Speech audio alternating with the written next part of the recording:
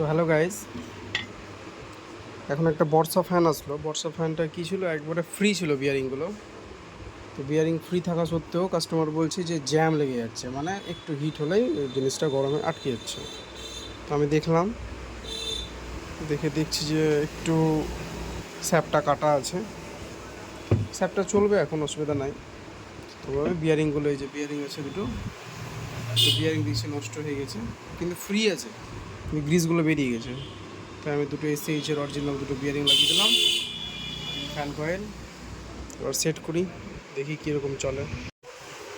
ये देखो मैंने लगा दिया है सीरीज पे, फैन बिंदास कर रहा है। देखिए सीरीज पे लगा दिया है, সুন্দর করছে ফ্যান, সুন্দর, নো ডিস্টার্ব।